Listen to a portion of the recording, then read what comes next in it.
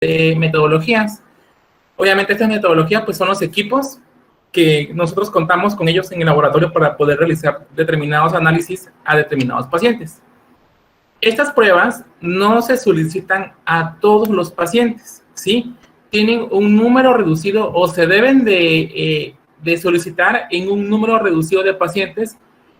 ¿Y cuál es la única característica que el paciente debe de presentar para poder realizarse estas pruebas? Bueno, pues el paciente, para empezar, el médico debe de sospechar de una neoplasia, que es cualquier tipo de cáncer o cualquier tipo de tumoración, ¿sí?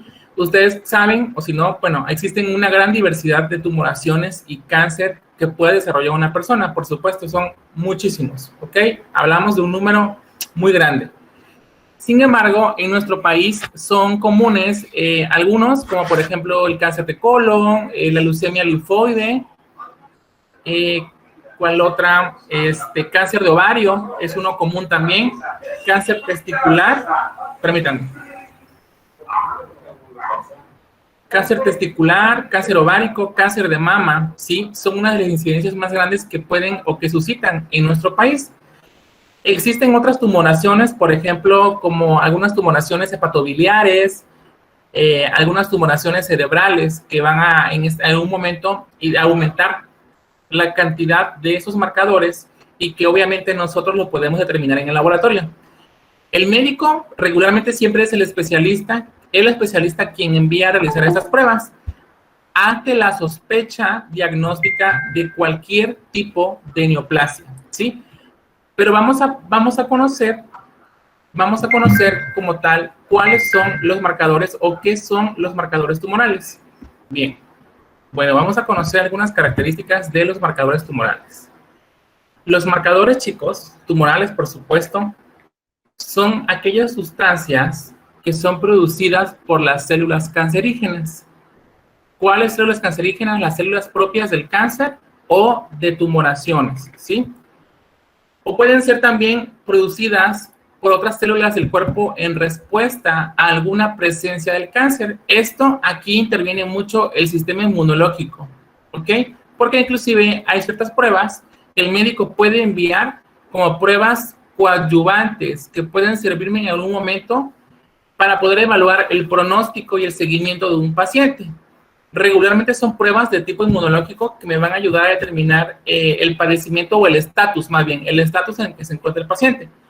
Ahora, estos marcadores no solamente los van a liberar, como su nombre lo dice, solamente los tumores o cualquier tipo de cáncer, sino también algunas células en respuesta al estímulo o a la presencia del cáncer. Sin embargo, va a haber también cierto aumento en algunas situaciones o en algunas patologías benignas. ¿A qué me refiero con patologías benignas? Las patologías benignas son, por ejemplo, aquellas tumoraciones que pueden presentarse, pero no ocasionan daño brusco o abrupto dentro de nuestro cuerpo, ¿sí? Es decir, que exista la apariencia de algún tumor, pero no sea canceroso o no sea cancerígeno. Existen tumoraciones cancerígenas y tumoraciones no cancerígenas. ¿Quién determina esto, chicos? Eso lo determina ya sea el oncólogo o el patólogo. El patólogo es el que se encarga de realizar los cortes histológicos correspondientes al tejido. ¿Cómo o con qué tipo de muestras lo determina? Lo hace, por supuesto, con una biopsia. Es decir, que si el médico tiene sospecha de que tiene alguna tumoración, toma una muestra representativa, por supuesto, una muestra representativa donde se encuentra el tumor y finalmente, pues bueno, realiza el corte, lo lleva al laboratorio y el patólogo se encarga de realizar las tinciones correspondientes. Una de ellas podría ser Papa Nicolau. El Papa Nicolau no solamente se hace en mujeres, es un tipo de tinción como tal y se puede realizar en todos los pacientes, tanto masculinos como femeninos, porque me ayuda a determinar tipos de células que no sean normales al tejido correspondiente. El Papa Nicolau, como les menciono, solamente es una tinción, ¿sí? Si en alguna ocasión les preguntan, ¿es que el Papa Nicolau solo se puede hacer en mujeres? No, es incorrecto. El Papa Nicolau, chicos, también se puede realizar en varones, ¿sí? ¿De qué tipo de muestras? Bueno, ya sea en algún tipo de secreción que se toma al paciente o en alguna biopsia que se puede realizar. El Papa Nicolau es una tinción de gran utilidad para nosotros. ¿Por qué? Porque me ayuda a determinar si en algún momento algún tipo de célula que me pueda estar causando daño o neoplasias. Supongamos, si hay un paciente que tenga algún tipo de cáncer prostático o que sospechen de cáncer prostático en ese paciente, existe un tipo de marcador tumoral que va a ocasionar el aumento, ¿sí?, de estas células. Ahora, el médico posiblemente realice una biopsia y se lleva al laboratorio de patología, por supuesto, no laboratorio clínico. Es diferente un laboratorio clínico a un laboratorio de patología. En el laboratorio de patología, el médico, ¿qué va a hacer? Va a realizar la tinción de Papa Nicolau con la finalidad de encontrar células que no deban estar presentes ahí, que es lo más común. Y si es algún tipo de cáncer, pues ya valió el paciente, porque seguramente pues esté desarrollando ciertas células tumorales, por supuesto, que ocasionen proliferación en ese tejido. Ahora, la mayoría de los marcadores, chicos, tumorales, son producidos tanto por células normales como por células tumorales. Eso es algo muy peculiar y es lo que le confiere su inespecificidad, ¿ok?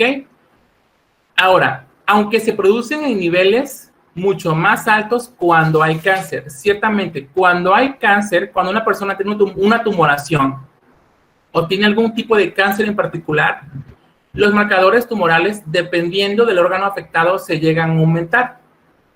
Pero hay ciertos padecimientos que no corresponden a cáncer que pueden ocasionar el aumento también de esto, que vamos a ir viendo más adelante.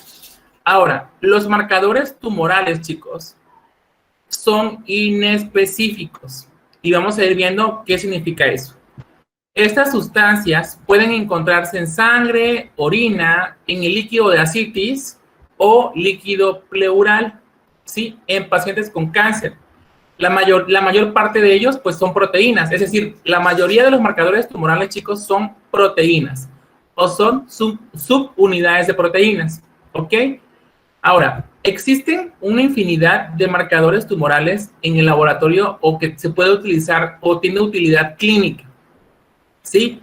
Sin embargo, en esta unidad vamos a conocer aquellos marcadores tumorales más conocidos y que son de gran importancia en nuestro país, hablando en México.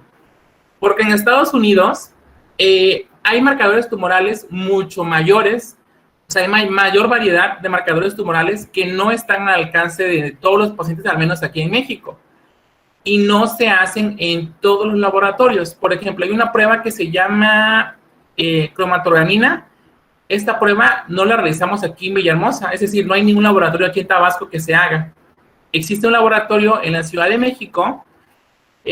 Los dos que la hacen están en la Ciudad de México y eso que ellos envían las muestras a Estados Unidos para poder procesarla. Entonces, ¿a qué voy con esto? Que Estados Unidos tiene mucho mayor cantidad de marcadores en algún momento para servir como predictorio ante alguna enfermedad de tipo canceroso. Ahora, estos marcadores, chicos, permiten conocer la presencia, evolución o respuesta terapéutica de un tumor maligno o benigno. Ahora, los marcadores tumorales, chicos, los marcadores tumorales no son específicos. Es decir, hay ciertos marcadores y ustedes van a encontrar en la literatura que hay ciertos marcadores como, por ejemplo, el CA125. No, pues el CA125 es de ovario. Sí, se supone que lo que evalúa es el cáncer de ovario. Sin embargo, hay otros padecimientos que pueden ocasionar la elevación de este marcador. Por eso se dice que nunca, jamás de los jamases, se debe utilizar un marcador tumoral para realizar un diagnóstico. Siempre que vayan a realizar ustedes en algún momento en un futuro el diagnóstico de algún padecimiento, ya sea tumoración o algún tipo de cáncer o alguna neoplasia particular, ustedes se deben de evaluar tanto en los marcadores bioquímicos, que son los marcadores tumorales, y en pruebas de imagen o biopsias. Imagen como ultrasonido, resonancia magnética nuclear o, en su defecto, con algunas biopsias como, bueno, la más conocida por aguja fina, que se encarga en este caso, el objetivo es extraer una pequeña muestra del tejido dañado con la finalidad de evaluar si se encuentran células cancerígenas. Pero nunca se debe utilizar solamente a los marcadores como predictorios de diagnóstico para poder realizar el diagnóstico de que el señor tiene cáncer de próstata. No, nunca, nunca. No está permitido, al menos en nuestro país. Ahora, sí se pueden utilizar como predictivos de evolución, ya sea postoperatorio o preoperatorio, ¿sí? Supongamos que a una paciente le van a hacer histerectomía total. La histerectomía total, chicos, es la extirpación, en este caso, del órgano interno reproductor femenino, ¿sí? Esto, bueno, pues se realiza regularmente cuando hay cáncer cérvico-uterino. Se realiza la extirpación, ¿sí? ¿Por qué? Porque obviamente se supone que los valores de 125 se encuentran elevados. Ahora, estos valores, bueno, se supone que durante la cirugía pues se van a encontrar elevados, pero tiempo después deben disminuir porque obviamente en este caso ya se extirpó el órgano afectado. Si no llega a disminuir, chicos, esto es de mal pronóstico porque significa que puede haber la presencia de metástasis. La metástasis es la presencia de daño en otros órganos. Ejemplo, una persona que tiene cáncer de ovarios, por ejemplo, o cervicuterino, puede tener metástasis de vejiga, puede tener metástasis de colon, ¿ok? De intestino delgado, intestino grueso. Es decir, que el cáncer se llegue a hacer más grande o a expandir a otros órganos. Eso es metástasis. La metástasis es algo muy grave y regularmente conlleva muchas complicaciones porque, por ejemplo, la más común del cáncer cervicuterino es que ocasione la expansión de las células cancerígenas hacia el colon.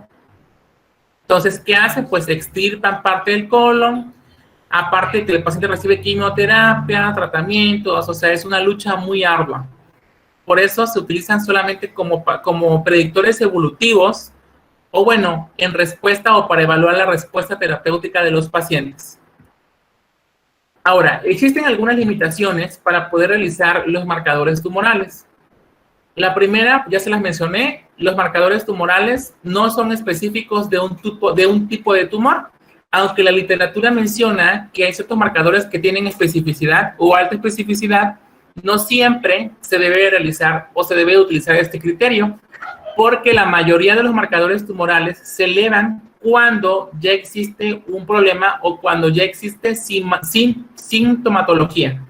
Es decir, que ya hay la presencia de síntomas de ese tipo de cáncer en un paciente o en un individuo.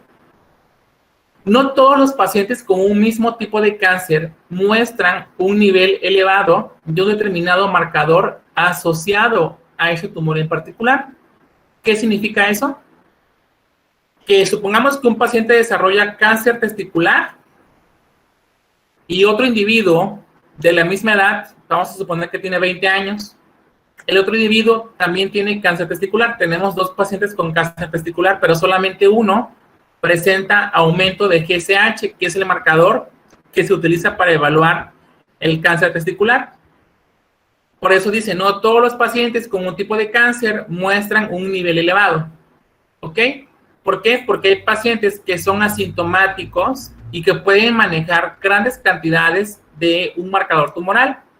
O lo contrario, pacientes que tienen síntomas, pero que el marcador tumoral aún no se ha elevado. ¿Ok? No es una regla particular, por eso siempre se debe utilizar en este caso la presencia de pruebas de imagen. Eso es súper mega importantísimo. Siempre que diagnostiquen un paciente, se deben de guiar tanto en las pruebas de imagen como en las pruebas bioquímicas.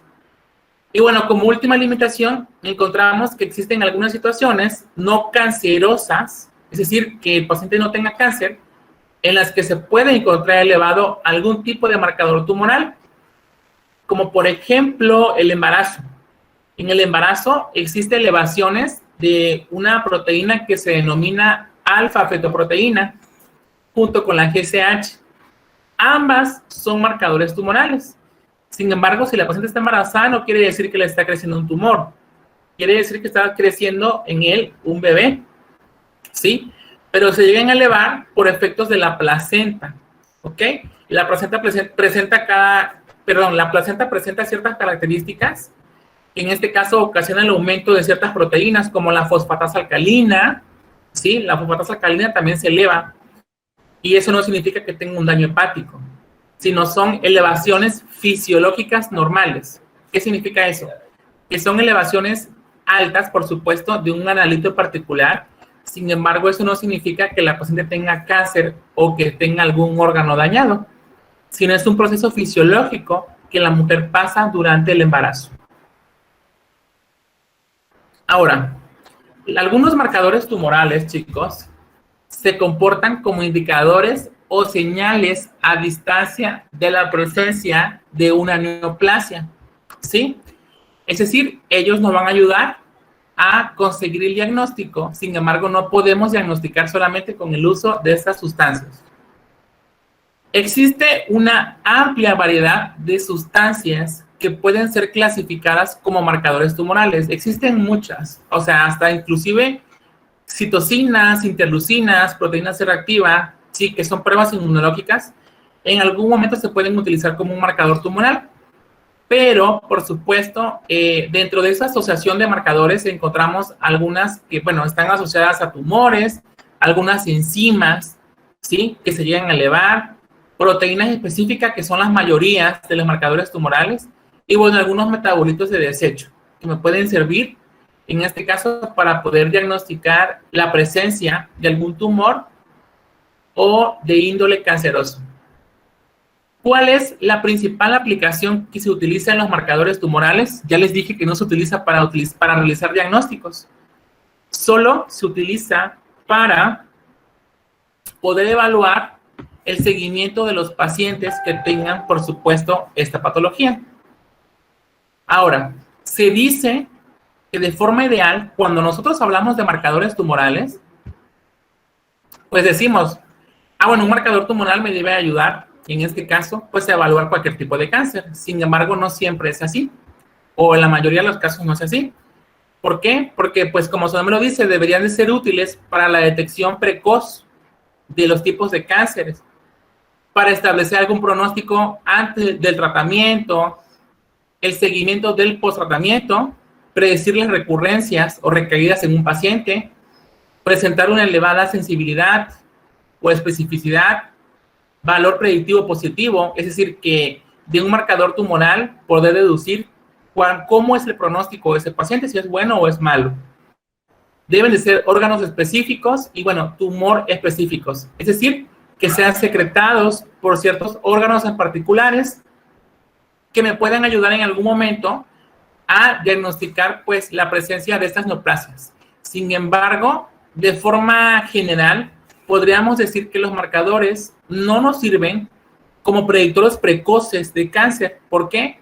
Porque hay algunos pacientes, o en la mayoría de los casos, en un 85% o 90%, en el que los marcadores se encuentran elevados cuando el estadio es de mal pronóstico. Es decir, cuando ya hay complicaciones generales. Supongamos que un paciente tenga un mes que le está creciendo una tumoración en el abdomen. Es posible que todavía no tenga elevadas las concentraciones de ciertas proteínas. Eso lo hace un mal predictorio a los marcadores tumorales, por supuesto, que es lo que me va a indicar que existe la presencia de, pues en este caso, una prueba de imagen. El médico en este caso también debe evaluar y agotar todas las posibilidades para poder llegar al diagnóstico, con la finalidad de que sea un diagnóstico precoz y temprano, por supuesto, para que el paciente pueda tener una calidad de vida adecuada. Porque supongamos, si hay un paciente que tenga dolor abdominal, tenga engranamiento del abdomen, y el médico le manda a hacer un marcador tumoral y sale normal, y si lo ve normal, puede decir, bueno, no tienes nada, ¿no? Seguramente es una colitis y puede estar inflamado. No, eso llega a pasar, chicos. Esto que les cuento pasa. Un buen médico, ¿qué es lo que hace? Es, bueno, está normal el valor del marcador tumoral.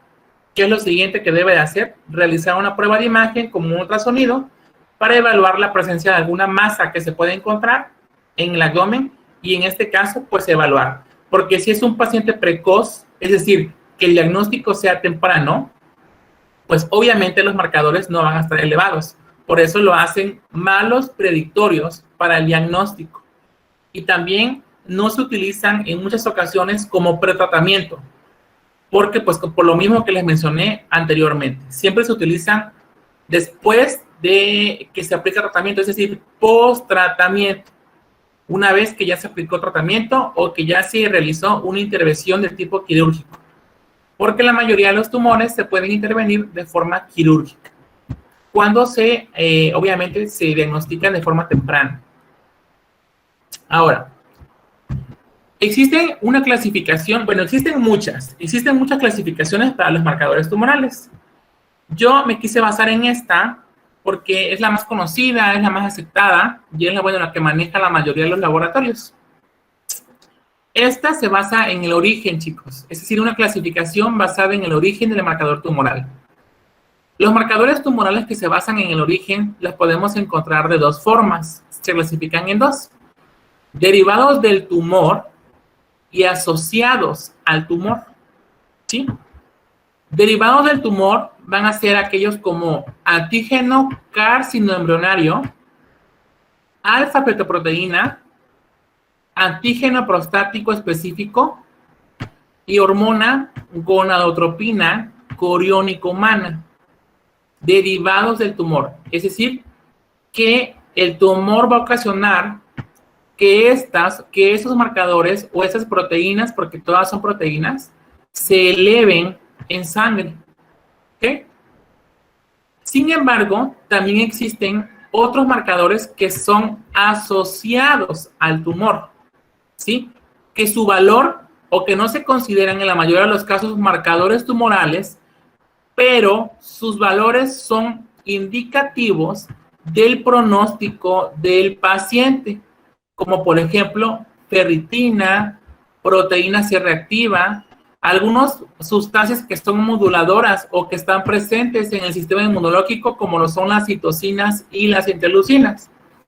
Estas dos se elevan, chicos, en la mayoría de algún ataque al sistema inmunológico, como por ejemplo COVID-19, resfriado común, algunas neoplasias, como por ejemplo cáncer de pulmón, pueden estar elevadas las interleucinas y las citocinas. La ferritina y la proteína C reactiva, que es la PCR, estas se elevan en procesos inflamatorios, ¿sí? Ambas se elevan en procesos inflamatorios, es decir, cuando existe una inflamación de la índole que sea, ¿sí? De la índole que sea, se van a elevar estas sustancias. Los pacientes que tienen lupus eritematoso tienen la proteína C reactiva elevada, ¿ok? Aquellos pacientes que cursan con algún tipo de inflamación, como por ejemplo los pacientes post-operados de reciente operación, tienen la ferritina y la proteína C reactiva elevada.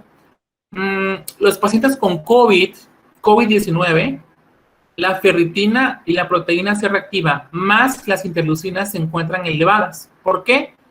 Porque, hablando particularmente del sistema inmunológico o enfermedades que atacan o que son virus, como por ejemplo el COVID-19, ¿qué es lo que sucede?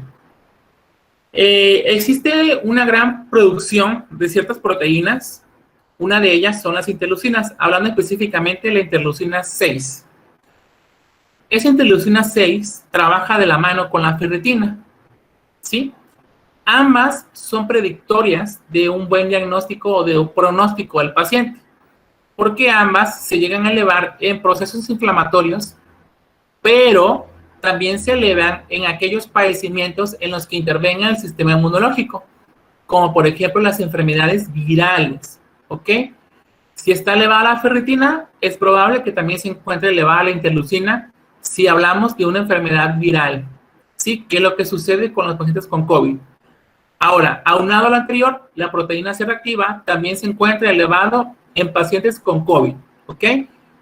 Dentro del cribado que se realiza en los pacientes con COVID-19, se encuentra la evaluación de la ferritina, proteína C reactiva y la interleucina 6.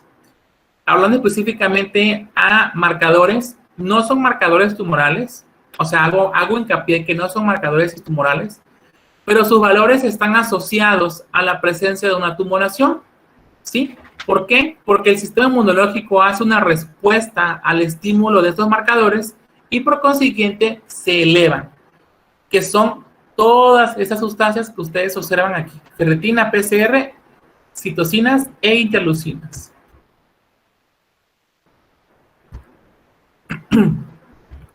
En el laboratorio, como les mencionaba, utilizamos ciertos marcadores tumorales. Hay un mundo de marcadores, pero bueno, los que utilizamos en la práctica clínica son los siguientes.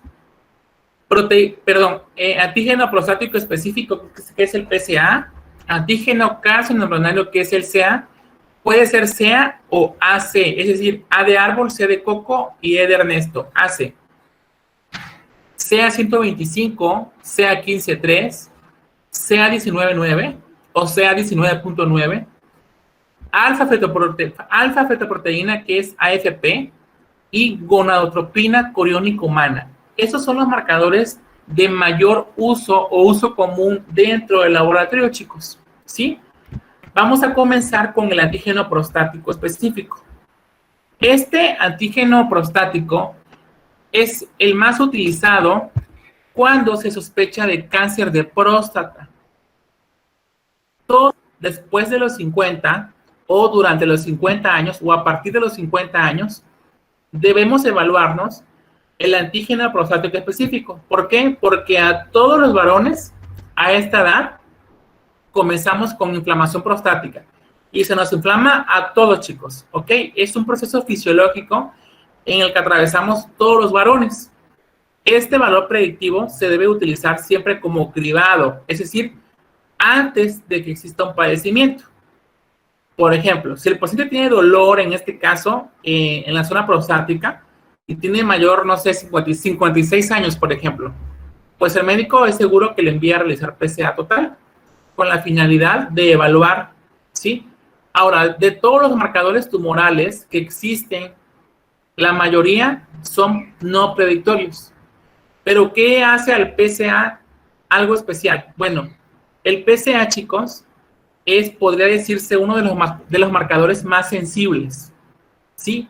De toda la línea o de todo el catálogo de marcadores tumorales, el PSA es el que tiene mayor predictorio en un paciente, porque su elevación puede en este caso indicar la presencia de malignidad en un paciente.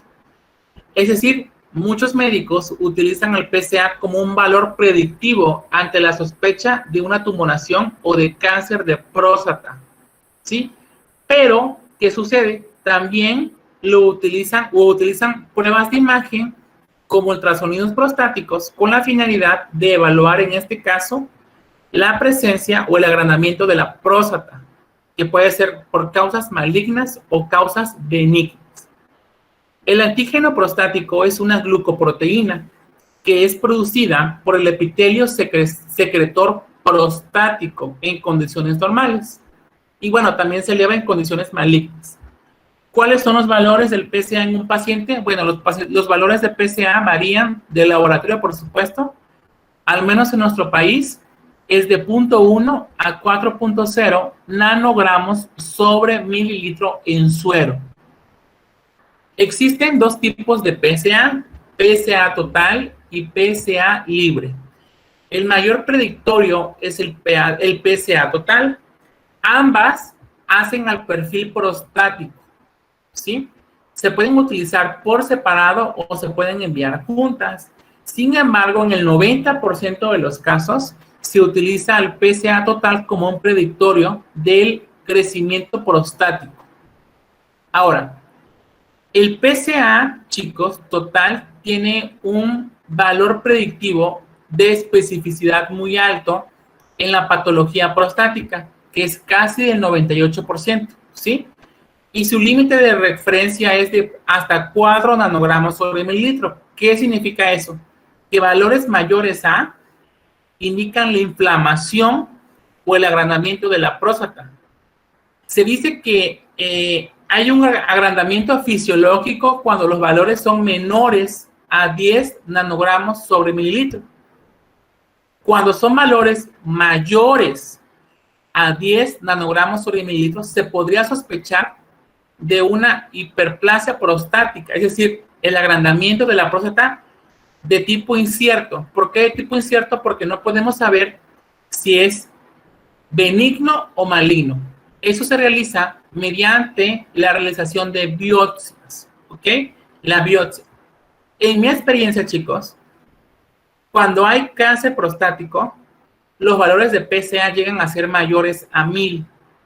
Justamente la semana pasada, tuve un paciente que le solicitaron PSA total y PSA libre. Este paciente, chicos, lo introduce al equipo y tuve un valor casi de 2000 nanogramos sobre mililitro de PSA total. Y era, si no mal recuerdo, 980 de libre. La cantidad de PSA era enorme. Y en estos casos es indicativo de malignidad, ¿sí? Porque cuando hay presencia benigna del agrandamiento de la próstata, no son tan superiores a 1000, sino son menores, no pasan inclusive de 400. Pero en este caso, seguramente el médico le va a enviar a realizar una biopsia porque podría ser de mal pronóstico, es decir, que sea cáncer prostático y que pues sea algún tipo de cáncer, pues en este caso agresivo, y que requiera la intervención o el tratamiento quimioterapéutico a base de quimioterapia a la brevedad. Bueno, el PSA, chicos, aumenta con la edad. Por eso siempre al momento de interpretar, pues hay que evaluar la edad del paciente, ¿sí? Si es un paciente de 95 años y está elevado, pues bueno, por supuesto se debe a su edad. Por eso siempre soliciten la edad antes de tomar la muestra. Ahora, los valores de PSA no siempre van indicados o son predictivos del cáncer, ¿sí? Existen otras patologías que pueden ocasionar, en este caso, el aumento del PSA, como la hipertrofia benigna, que es el agrandamiento de la próstata, pero de tipo benigno. Es decir, que es un agrandamiento fisiológico, pero que no me va a causar, pues no me va a causar ni la muerte, ni el uso de tratamiento de quimioterapia. Es un agrandamiento que cede con tratamiento y que es, en la mayoría de los casos, tratable. La prostatitis, que es la infección de la próstata, infección en la próstata, también ocasiona la elevación del PSA total. Infartos prostáticos, es decir, el infarto prostático, pues en este caso es la obstrucción en alguna vía relacionada a la próstata. Eso es un infarto prostático. Y bueno, las manipulaciones de la vía urinaria, por ejemplo, si hay un paciente que, no sé, estuvo 15 días o un mes con sonda Foley, la sonda Foley es la que se coloca en la uretra para que puedan orinar, pues seguramente va a tener el PSA elevado. ¿Qué otra? Bueno, las biopsias, las citoscopias.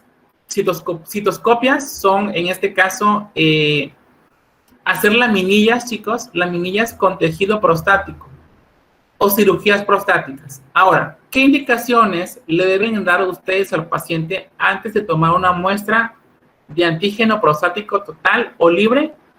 Debe tener una abstinencia sexual al menos de 48 horas antes de realizar la toma. ¿Por qué? Porque las relaciones sexuales aumentan, en este caso, pues el estímulo de la próstata. Por eso se utiliza o se le recomienda al paciente que tenga 48 horas de abstinencia sexual y ayuno por lo menos de 8 horas al realizar la toma de muestra. Y por supuesto, como ustedes ven abajo, no debe de haber ninguna manipulación vía rectal ni ninguna manipulación en las vías urinarias, porque ambas ocasionan que la próstata se estimule y que pues ocasione en este caso inflamación. Otro marcador tumoral importante, chicos, es el antígeno carcinoembrionario o CA o AC, que es lo mismo. Este antígeno carcinoembrionario es una glicoproteína o glucoproteína oncofetal, ¿sí? está asociada a tumores del tracto gastrointestinal. Todos los tumores que se presentan en esta zona o cualquier tipo de cáncer en esa zona, pues van a ser predictivos para el aumento de esta glucoproteína. Sin embargo, se asocia en la mayoría de los casos al cáncer colorectal. Los pacientes que padecen de cáncer colorectal pues tienen el aumento del antígeno carcinoembryonal en la mayoría de los casos. Se puede encontrar en otras enfermedades de tipo maligno, pero también en enfermedades de tipo benigno, o incluso en aquellos pacientes que no tengan ninguna enfermedad aparente. Es decir, que este marcador no es específico, ¿sí? Su aclaramiento se realiza por vía hepática, por lo cual suele estar aumentado en casos de metástasis en este órgano. Ejemplo, si un paciente tiene cáncer de estómago, es posible que el hígado haga metástasis, es decir, que el cáncer se extienda al hígado y que por este aumento o esta metástasis se den cuenta del aumento del antígeno carcinoembrionario. ¿Ok? ¿Cuáles son los valores del antígeno carcinoembrionario? Bueno, se dice que van de 0.0, por supuesto, inclusive a 20. Ahora, ¿qué sucede aquí? Hay algunos pacientes o la Organización Mundial de la Salud ha dividido dos tipos de valores de referencia para el antígeno carcinoembrionario.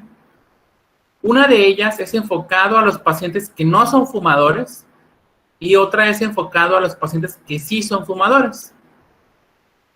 En el caso de los pacientes que son fumadores, que no son fumadores, perdón, sus valores de referencia van de 0.0 a 2.5 nanogramos sobre mililitro. Pero, ¿qué pasa con los pacientes que son fumadores? Bueno, los pacientes que son fumadores manejan valores de referencia más altos. ¿Por qué? Porque la nicotina ocasiona cambios metabólicos, por supuesto, y en el caso de los marcadores tumorales no es la excepción. Es decir, si un paciente que es fumador y tiene valores de 5 de antígeno carcinoembrionario, no quiere decir que tenga cáncer, porque hasta 5 se considera un valor normal en los pacientes fumadores. Si es mayor, aquí sí podríamos hablar de un padecimiento maligno. ¿Cuál es el valor en el caso de los fumadores? Bueno, va de 0.0 a 5 nanogramos sobre mililitro, ¿sí? Se dice que el grado de elevación del antígeno carcinoembrionario parece estar relacionado con el estadio del tumor, de tal forma que valores superiores a 20 nanogramos sobre decilitro, es mililitros, perdón chicos, es mililitros, son indicativos de una enfermedad avanzada. Es decir, que en este caso el paciente ya está diagnosticado y que para este entonces el paciente ya debe de haber recibido tratamiento o debe estar en tratamiento con quimioterapia. Se dice que la tercera parte de los pacientes con recurrencias de cáncer cáncer colorectal presentan elevaciones en las concentraciones del antígeno carcinoembrionario antes de que comiencen a desarrollar alguna sintomatología. Esto no es del todo cierto, ya que hay pacientes que son, pues presentan sintomatología y en este caso los valores de CA pueden estar normales. ¿Qué se hace en ese caso? El médico envía a realizar una endoscopía, ¿sí? Para poder obtener tejido, ¿sí? Del sistema gastrointestinal y en este caso determinar si existe algún tipo de malignidad en ese tejido en particular. Existen otras patologías u otros tipos de neoplasias que pueden ocasionar el aumento de estos marcadores tumorales. ¿Cuáles son esos tipos de cáncer? Cáncer de mama, pulmón, páncreas, estómago, cáncer cervicuterino, cáncer de vejiga, riñón, cáncer de tiroides, cáncer de hígado o de ovario. Todos estos tipos de cáncer también ocasionan el aumento del CA por lo cual lo hace un marcador no específico para los pacientes. Otro marcador tumoral que utilizamos en el laboratorio para las mujeres es el CA125. Este marcador se utiliza regularmente para evaluar tumoraciones ováricos de tipo epitelial. Este está relacionado, por supuesto, con el cáncer cervicuterino o cáncer ovárico. Regularmente los pacientes que tienen esta patología, pues el 125 se eleva, ¿ok? Esta también es una glucoproteína, pero es de alto peso molecular. Y bueno, como les comenté, se eleva en tumores ováricos. Ahora, su determinación no está recomendada como método de despistaje en mujeres asintomáticas, ya que puede estar elevado en otras situaciones o patologías. ¿Qué significa método de despistaje? Es decir, que no van a realizar un 125, ¿sí?, en una paciente que no tenga síntomas o para realizar el diagnóstico, ¿sí? Siempre se debe realizar pruebas de imagen, otras pruebas con el Papa Nicolau, ¿sí? Extraen una muestra del cervix y bueno, realizan Papa Nicolau y aunado a ello solicitan 125. Antes de realizar el diagnóstico, hago hincapié de cualquier tipo de cáncer, ustedes deben de abarcar todo el panorama que tengan en su clínica, hospital o consultorio. ¿Con qué finalidad? Pues con la finalidad de dar un buen abordaje a su paciente, ¿ok? A eso se refiere como método de despistaje. Significa que no lo pueden utilizar solamente para evaluar a un paciente que no tenga ningún tipo de síntomas. Es decir, supongamos que la paciente tenga amenorrea, dolor en la menstruación, pongamos que tenga ovario poliquístico, y el médico le puede evaluar y no responde al tratamiento, y el médico la manda a evaluar 125. Aunque tenga alguna tumoración o la que esté desarrollando cáncer, los valores de 125 puede ser que se encuentren normales. El 125 también no se utiliza como valor predictivo y no lo podemos utilizar solamente para realizar el diagnóstico. Tenemos que abordarnos, en este caso, en otras pruebas o en otros procedimientos. Suele estar elevado este marcador en algunas patologías benignas, como la endometriosis, durante la menstruación, en el primer trimestre del embarazo, en el posparto, en las hepatopatías, en la pancreatitis, insuficiencia renal, derrame pericárdico, pleural, sarcoidosis, TB, colagenosis, ascitis en los pacientes que tienen cirrosis, procesos quirúrgicos que provocan alteración del peritoneo. En todos esos padecimientos, el 125 puede estar elevado. Sin embargo, pues en la mayoría de los casos, pues son enfermedades benignas hasta cierto punto, ¿ok? ¿Cuáles son los valores normales del 125? Bueno, los valores oscilan de 0 a 35 unidades sobre mililitros. Eso es lo que llega a leer un equipo, ¿sí? Valores mayores a 35, chicos, hablando de 150, 175, son valores anormales y se considera en este caso realizar otra prueba, como alguna prueba de imagen o algún otro procedimiento como alguna biopsia, para evaluar en este caso la presencia de algún tipo de cáncer en la mujer. ¿Sí? Se utiliza este marcador en el caso de las mujeres y es un marcador que utiliza en este caso el ginecólogo para evaluar la presencia de. El ginecólogo, ¿qué hace? Envía 125 y aparte evalúa el cervix de la paciente y hace ultrasonido con la finalidad de que no exista ningún tipo de protuberancia, ningún tipo de agrandamiento o inflamación en toda la zona genital interna. Y bueno, si lo observa, pues es probable que tome una muestra, ¿sí?, de tejido y que la mande al patólogo para evaluar si está la presencia o no. ¿Cuál es la prueba que puede indicarme en este caso la presencia de células tumorales? Papa Nicolau. Por eso el Papa Nicolau es sumamente importante que se realice una vez que la mujer comenzó con su vida sexual. Sí, porque esta puede prevenir muchos tipos de padecimientos, entre ellos el cáncer, ¿sí? Se dice que una persona o una mujer que ha comenzado su vida sexual activa, por lo menos cada 6 o 1 año, se debe realizar Papá Nicolau. Y ante la presencia de alguna eventualidad, es decir, amenorrea, secreción vaginal, independiente de acudir con el ginecólogo, y bueno, ya él decidirá si tiene que enviar a realizar Papá Nicolau o alguna otra prueba de cribado para realizar un diagnóstico certero. Las variaciones de ese valor, chicos, de 125, aportan información en cuanto a la respuesta al tratamiento, y ya sea quirúrgico o de quimioterapia. Y por supuesto, en la aparición de recidivas. ¿Qué es recidivas? En la aparición de que haya una aparición otra vez de ese tipo de cáncer. Por ejemplo, hay personas que les hacen, bueno, mujeres que les hacen histerectomías, es decir, les extirpan pues el órgano reproductor interno femenino, les dan quimioterapia y reciben tratamiento, ¿no? Quirúrgico, por supuesto, porque la histerectomía pues es una cirugía mayor. Este 125 se evalúa por 3 años, si no mal recuerdo, cada 6 meses. ¿Ok? Este marcador podría indicarme la aparición de una recidiva, es decir, de la reaparición de ese tipo de cáncer, pero en otro órgano. ¿Cuál? Órganos que se encuentren en el peritoneo, ¿sí? Que se encuentren adjuntos a la parte vaginal, como la vejiga, colon, que son los más cercanos.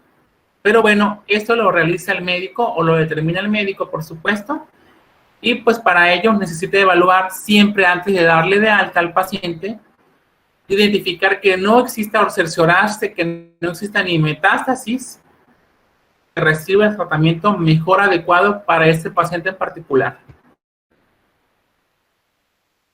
Otro marcador que manejamos dentro del laboratorio es el CA15-3. El CA15-3 también es una glucoproteína, también es de alto peso molecular y se utiliza como control del tratamiento de cáncer de mama. Ojo, control. Nunca se utilizan como diagnósticos.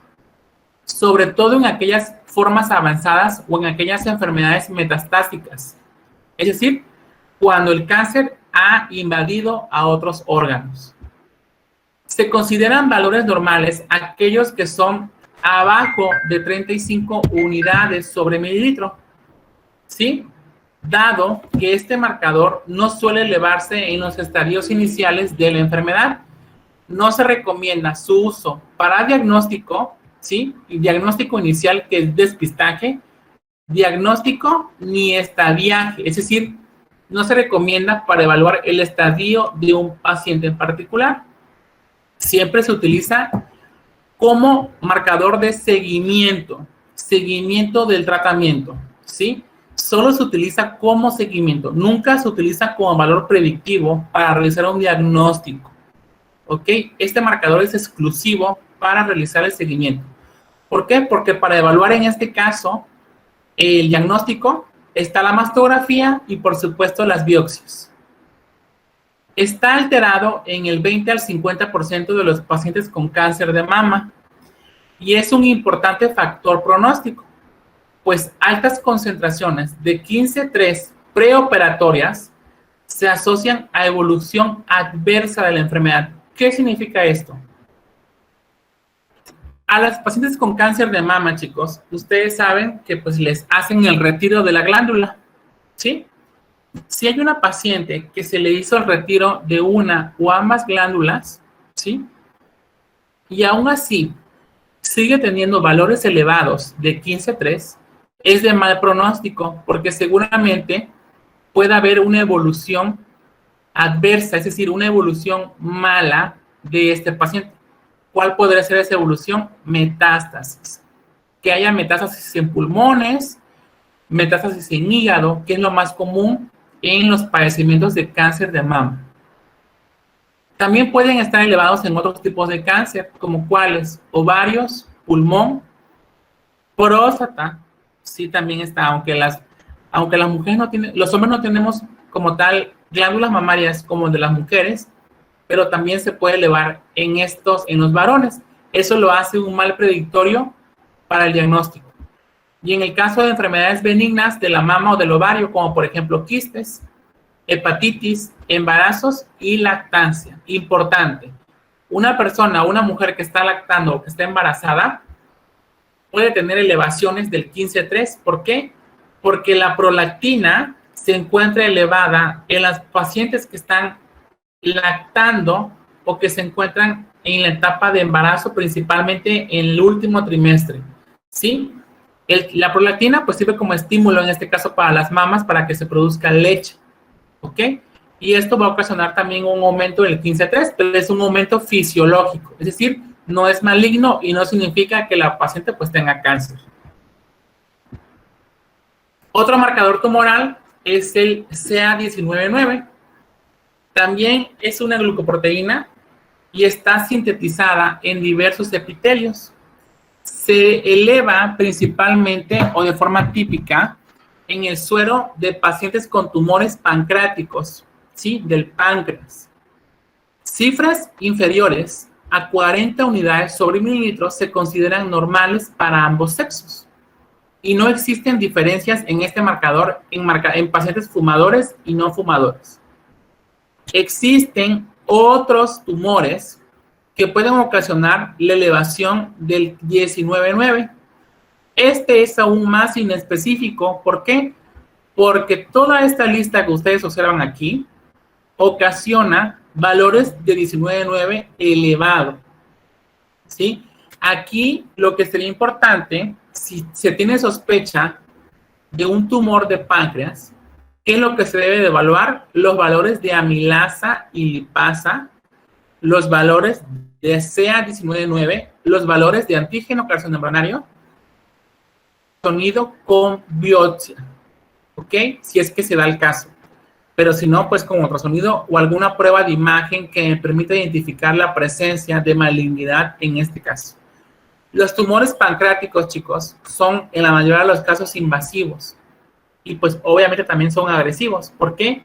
Porque si el páncreas se encuentra atrofiado, pues los niveles de insulina no van a ser los adecuados y esto va a ocasionar que otras hormonas se lleguen a tener un desequilibrio, como por ejemplo la insulina, otras sustancias metabólicas como lo son la amilasa y la lipasa que intervienen en la degradación de lípidos y carbohidratos, ¿ok? Esto conlleva, pues, obviamente, a problemas metabólicos graves en el paciente. Y se recomienda en este caso, pues, realizar un tratamiento a la brevedad al paciente con la finalidad de salvaguardar su vida.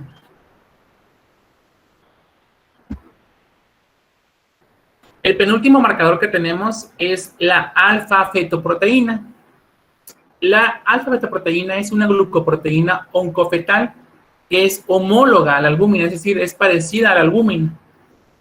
En condiciones normales se sintetiza en el saco vitelino, hígado fetal y líquido amniótico. El líquido amniótico es el líquido que rodea al feto durante el embarazo, ¿sí? Los niveles normales, por supuesto, van a variar dependiendo de la zona y del tipo de laboratorio. Pero en la mayoría de los casos, los valores normales de alfa-fetoproteína llegan a ser hasta 10 nanogramos sobre mililitro, es decir, de 0 a 10 nanogramos sobre mililitro. La elevación de este marcador debe ser excluido para casos de diagnóstico, es decir, yo no puedo utilizar la alfa-fetoproteína para elevar un tipo de neoplasia, ¿sí? ¿Por qué? Porque se encuentra elevado en ciertas situaciones, como cuáles. Se puede encontrar elevado en aquellas personas embarazadas, enfermedades hepáticas con hepatitis, cirrosis, algún absceso hepático, algunas neoplasias como metástasis hepáticas, adenocarcinoma de pulmón, que es un tipo de neoplasia pulmonar, ¿sí? Tumores o cánceres en estos órganos. Existe algo peculiar con este marcador o con esta glucoproteína. Como su nombre lo dice, es una glucoproteína oncofetal que va a estar elevada en las pacientes embarazadas a partir, en la mayoría de los casos, en el segundo trimestre, ¿sí? ¿Por qué? Chicos, existe marcador también puede servir como un marcador prenatal. ¿Qué significa esto? Que me puede ayudar a evaluar algún tipo de aneuploidías. ¿Qué son las aneuploidías? Las aneuploidías, chicos, son enfermedades cromosómicas o enfermedades genéticas en el paciente. ¿Como cuáles? Síndrome de Klinefelter, síndrome de Down, ¿sí? El síndrome de Down, en este caso, es una de las aneuploidías o enfermedades cromosómicas más comunes en nuestro país o en el mundo, ¿sí? Estos marcadores, o este marcador en particular, sirve como marcador prenatal para evaluar, en este caso, la presencia de aneuploidías. Pero este marcador, de igual forma, no se utiliza en el caso de los prenatales, es decir, antes del nacimiento, para poder evaluar la presencia de cualquier cromosomopatía. Solo se basa en probabilidades. Ejemplo, una paciente que tenga alfa-fetoproteína elevada se asocia con espina bífida en el bebé, es decir, que el bebé nazca con la columna sin estar cerrada. Sí, la espina bífida, chicos, es la abertura de la columna vertebral y nacen los niños con esta abertura. La alfa-fetoproteína o la elevación del alfa-feto se asocia con este padecimiento. Pero no quiere decir que si la alfa-feto está elevada, necesariamente sea espina bífida. De hecho, el resultado se emite en probabilidades. Ejemplo, si hay una probabilidad de 1 a 2, obviamente hay una probabilidad muy alta de que el niño nazca con espina bífida. Pero si la probabilidad es 1 a 121, pues bueno, la probabilidad es larga, porque de 121 niños, uno puede nacer con espina bífida. ¿Sí? No es 100%, pero me permite en este caso poder evaluar la posibilidad de alguna cromosomopatía.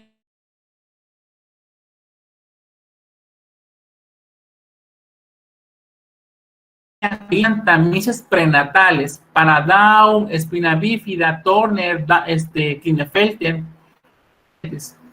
Aquí en Tabasco, si no mal recuerdo, lo hace el Hospital Naval de Frontera. Creo que hay un hospital ahí que pertenece a la Marina. Veracruz, el Hospital Naval también lo hace. ¿Sí? Entonces, toman las muestras y las envían a Villahermosa para que se les realicen los tamices prenatales y bueno, de acuerdo a sus valores bioquímicos, se emite un resultado, ¿sí?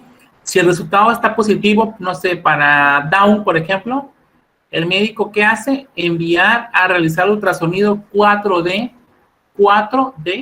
con la finalidad de evaluar la presencia del huesito nasal y bueno, hay otro procedimiento que se llama amniocentesis, chicos. La amniocentesis es la extracción del líquido amniótico en el embarazo, pero esto es un proceso sumamente invasivo, porque inclusive puede conllevar a que se realice una cesárea o, en este caso, extraer al bebé antes del nacimiento, ¿sí? Pero bueno, tiene muchas utilidades la alfa-fetoproteína en la clínica. El último tumoral es la gonadotropina coriónica humana. Esta también es una glicoproteína que está compuesta por dos subunidades, ¿sí? Proteicas, una alfa y una beta. Se produce en condiciones normales en el citiotrofoblasto de la placenta durante el embarazo, es decir, que las personas que están embarazadas, las mujeres que están embarazadas, de la GCH, ¿ok? La especificidad de la hormona gonadotropina coriónica humana como marcador sérico es muy elevada, aunque existen falsos positivos en ulcus gastroduodenal. El ulcus, chicos, son ulceraciones en el sistema gastrointestinal, consumo de marihuana, cirrosis hepática, enfermedad intestinal inflamatoria y embarazos patológicos como son los embarazos extrauterinos, o sea, que crecen fuera del útero, y los embarazos molares, ¿ok? La GCH se encuentra elevada en la enfermedad trofoblástica, que es un tipo de cáncer. En el carcinoma, y en el resto de los tumores germinales. Germinales, chicos, hablo de células germinales, como cuáles, ovarios y espermas. Los tumores germinales se dividen en dos, en seminomas puros y en no. Cuando hablamos de un seminoma, hablamos de un tumor germinal que muestra mejores tasas de supervivencia. Y cuando hablamos de un tumor no seminomatoso, se dice que es aquel tumor que tiene un comportamiento agresivo.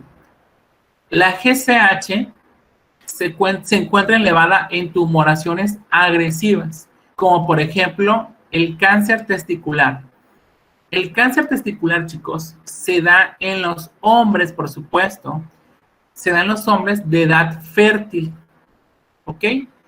¿Qué hace este marcador? Se eleva cuando hay, en este caso, la presencia de este tipo de cáncer.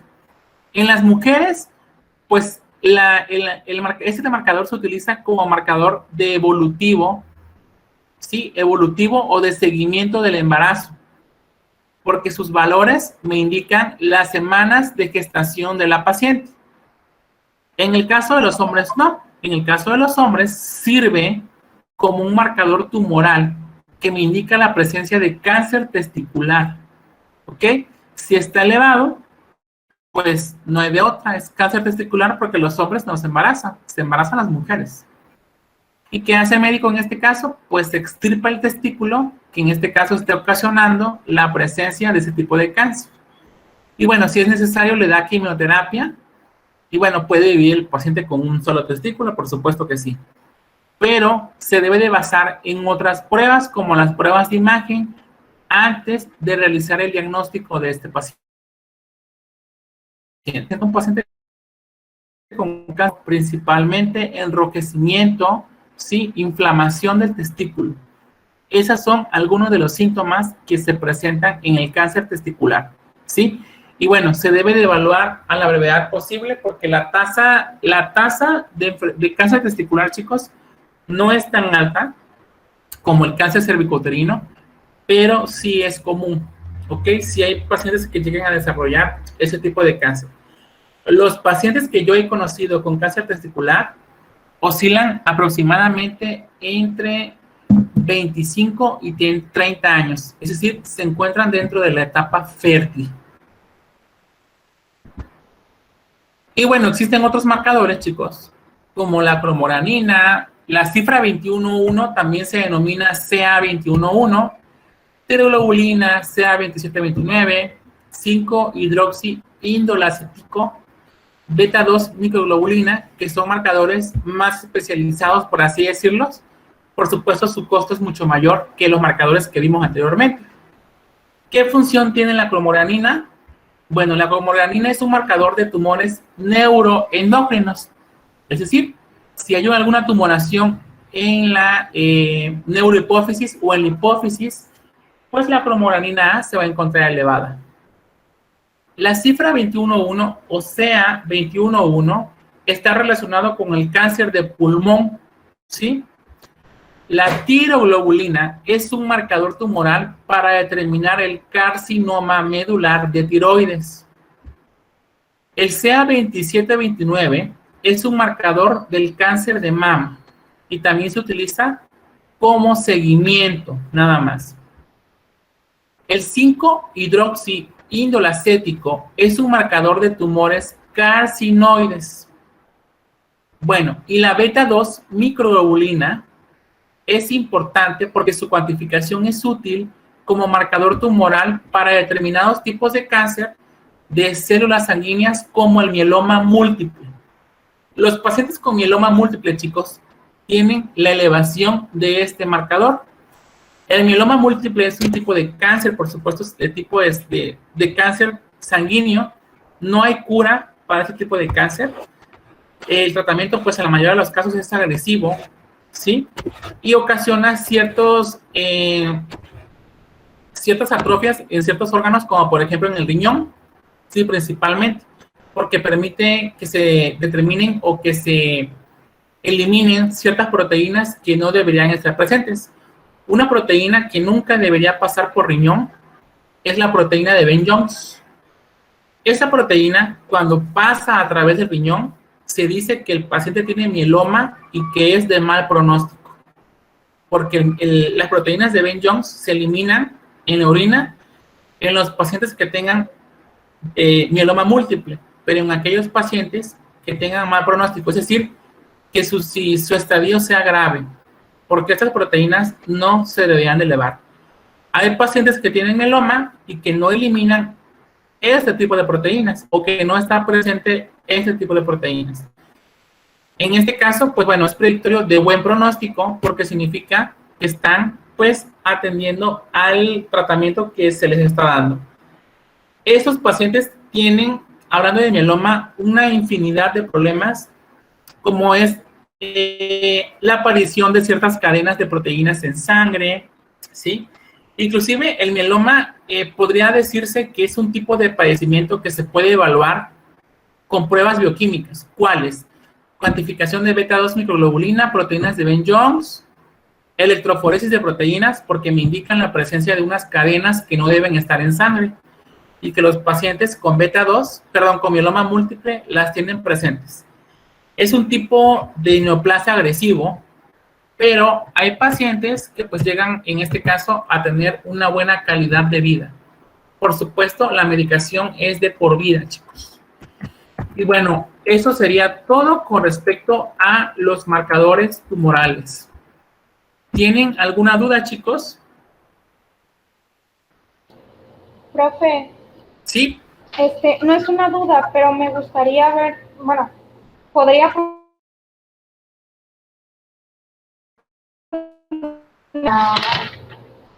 sea 15.3, creo que es que quiero ver de nuevo los valores de referencia, si se puede. Ok, claro. De todas formas, ahorita le voy a cargar a Classroom la presentación, no se preocupe. Ahí está. ¿Alguna otra duda, chicos? Maestro. Sí. Mencionó que la alfa-fetoproteína era una glucoproteína que, por así decirlo, los valores no se usan específicamente como para diagnóstico, sino para... Yes. ¿Para qué? Ok, no se utiliza para diagnóstico, se utiliza solamente como seguimiento, ¿sí? Es decir, solamente se utiliza para poder evaluar, en este caso, el seguimiento de un paciente. Ahora, si se quiere evaluar como diagnóstico, no solamente, nunca se debe de mandar solamente la alfa-fetoproteína sola. Siempre se eleva o siempre se manda, en mi experiencia, siempre le envían alfa-fetoproteína, antígeno calcio embrionario y el marcador de la zona en la que ellos crean que se encuentra el cáncer. Por ejemplo, si es un cáncer de tipo, supongamos que de ovario, pues van a enviar CA, antígeno carcinoembrionario, alfa-fetoproteína y CA125. Si es de colon o es colorectal, pues en este caso sería CA, alfa-feto y probablemente 19.9. Ahí el médico va jugando con algunas características del paciente. Por ejemplo, si el cáncer se asocia a algún órgano que se encuentra en la cavidad peritoneal como estómago, intestino, vejiga, hígado, por ejemplo, pues va a enviar alfa-feto con antígeno carcinoembrionario y es posible que envíe 19.9. Si es de ovario, pues envíe CA, alfa-feto y 125. ¿Ok? Y así sucesivamente. Si es como marcador prenatal, pues bueno, alfa-feto, antígeno carcinoembrionario y GCH. Siempre el alfa-feto, siempre, en mi experiencia, va asociada con otro marcador. Nunca las envían sola porque sola no tiene valor diagnóstico. ¿Sí? Siempre se utiliza con algún otro marcador. Siempre es con CA o con 19.9 o con 125, pero nunca se envía solo, porque sus valores por sí solo no me servirían inclusive ni para seguimiento. ¿Ok? Siempre sus valores se deben de valorar con la presencia de otro marcador o de otras pruebas. Porque su elevación, de todos los marcadores que existen, es el más inespecífico, porque se puede encontrar elevado en una infinidad de patologías, ¿sí? Sí, maestro, gracias. Y nada, Judith. ¿Alguna otra duda? ¿La bilirrubina alta es algún indicador alarmante? La bilirrubina elevada podría elevarse de muchas formas. Hablando de formas benignas, podría elevarse en cuestiones de obstrucción, anemia hemolítica, podría elevarse también. Hablando de cuestiones patológicas, malignas, en cuestiones de cirrosis, Luis, se llega a tener valores de bilirrubina elevada. En algún tipo de neoplasia hepático o algún tipo de cáncer hepatobiliar, también ocasiona la elevación de bilirrubinas. Básicamente serían esas las 4 principales. Las 2 benignas serían la obstrucción biliar, que es en la mayoría de los casos por algún lito o alguna piedra, ¿sí? Y la enfermedad de anemia hemolítica. La anemia hemolítica, pues, como ustedes saben, ocasiona el amarillento a los pacientes por la hemólisis, en este caso de los glóbulos rojos. Y maligna sería cirrosis o algún tumoración o cáncer hepatobiliar. Esas serían las causas de bilirrubina. La elevación de la bilis no siempre va asociado con malignidad. Por ejemplo, en el caso de las obstrucciones biliares, Luis, esta elevación desaparece cuando se intervino quirúrgicamente. Es decir, se extrajo la bilirrubina, perdón, se extrajo la, ¿cómo se llama? Se me fue el nombre. Se extrae en este caso la parte de la cavidad biliar, ¿sí? La vesícula biliar, perdón. Se extrae la vesícula biliar y en automático pues desaparece en este caso la ictericia. Obviamente la ictericia va a estar presente por lo menos en 1 o 2 semanas, pero esto va a desaparecer una vez que se regulen los conductos biliares, ¿ok? Pero hay hiperbilirrubinemia, que es el aumento que es transitoria, y alguna que otra es permanente. En el caso de los pacientes con anemia hemolítica, pues es una elevación de bilirrubina permanente porque siempre tienen hemólisis. En el caso de obstrucción, pues es transitoria. Pero no se casen con la idea de que siempre que haya bilirrubina elevada es casos de malignidad. No siempre. En algunas ocasiones, pues no es que una obstrucción sea buena, pero no es un procedimiento invasivo, y el procedimiento por el cual se extrae, en este caso, la vesícula, pues es un procedimiento mínimo. Sí, y si en este caso es transitoria, ¿no existe algún medicamento que ayude a bajar los niveles? No. Es con operación. En el caso de la hemólisis de los pacientes con anemia, posiblemente sí. Existen medicamentos que permitan que no exista tanta hemólisis. En el caso de las obstrucciones biliares, no hay tratamiento. Necesariamente se necesita ingresar con intervención quirúrgica, siempre. Ahora, si es cirrosis, pues como tú sabes, la cirrosis ocasiona en este caso la atrofia de los hepatocitos. Eso ocasiona que la bilis se vaya acumulando, y es una acumulación excesiva que interfiere, pues obviamente, o afecta a la mayoría o a otros órganos. Pero en la mayoría de los casos, no, Luis. Gracias. Maestro, de pura casualidad, ¿mencionó los valores de referencia de la PSA libre? Sí. Es de 0.1 a 4.0 nanogramos sobre mililitro. 0.1 a 4.0 nanogramos sobre mililitro. Te lo van a anotar en el chat. Gracias.